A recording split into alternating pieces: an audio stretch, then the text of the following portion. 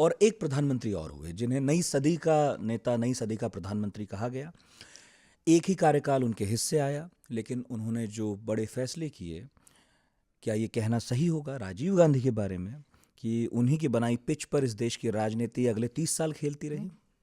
बिल्कुल सही होगा।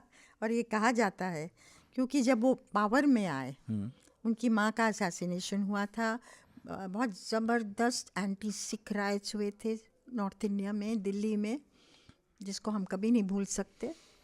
और एक जैसे होता है ना, आशा की किरण की तरह वो आए थे 1984 के दिसंबर में इलेक्शन जीत के। मैं भी ऐसे बता रहा हूँ बीच में कि मेरे जो माताजी पिताजी वाली पीढ़ी है, वो राजीव गांधी को अभी भी बहुत रिस्पेक्टफुली याद करती है।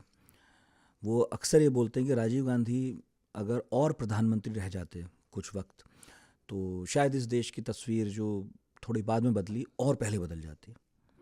ये तो लोग मानते थे, आते ही उन्होंने ना चीज़ें करनी, वो मानते थे कि मेरा मैंडेट चेंज का है, जबकि मैंडेट तो माँ के मरने में मिला था। हाँ, और कई जो प्रॉब्लम माँ के मरने पे मिला, और वो शायद मिलता नहीं इतना बड़ा, 414 सीटें थी जिसके लिए मोदी जी आज भी कह रहे हैं 400 पार करेंगे, वो उन्हें मिला बस। बिल्कुल, वो एक है जिसको उनको पार करना है। तो आते ही Punjab accords, Assam accord, Mizoram accord, voting age को 18 कर देना, एंटी डिफेक्शन लॉ ले आना, फिर ये जो टेक्नोलॉजी मिशन, कंप्यूटर को सेंट्रल प्लेस देना, पीसीओज गांव-गांव में हो गए।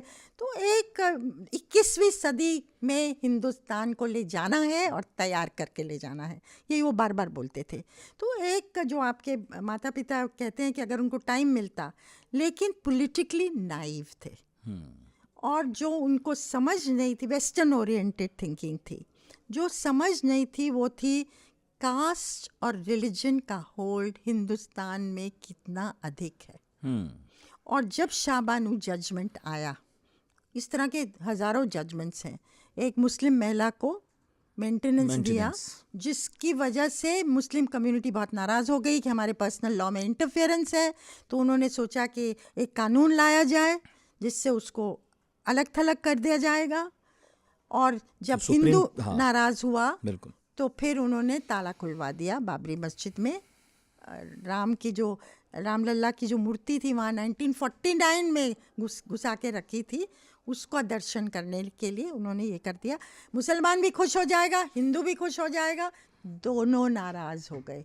414 से जब इलेक्शन हुआ 1989 का, बहुत चीज़ें बीच में आई, बहुत भी आए, फोर्स आया, वीपी सिंह खड़े हो गए, अरुण नेहरू छोड़ के चले गए जो बहुत करीब थे, उनके कज़न थे। बात तो ये भी कही जाती है कि अरुण नेहरू ज़्यादा थे इसके पीछे जो ताला खुलवाया, उनका सलाह अरुण नेहरू ने दी थी। और पर ये इस पे कंट्रोवर्सी है।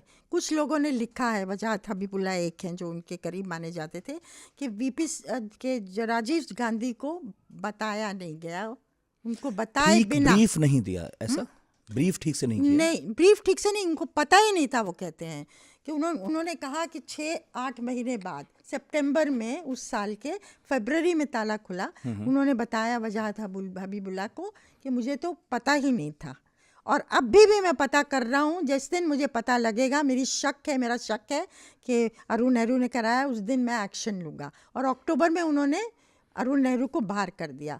अब उनको 6-8 महीने लगे ये पता करने में कि अरुण नेहरू उसके पीछे थे, ये ज़रा अजीब है। ये कुछ लोग कहते हैं कि हो सकता है उनको आभास नहीं हुआ कि इसकी सीरियस इम्प्लीकेशन क्या होने वाली है।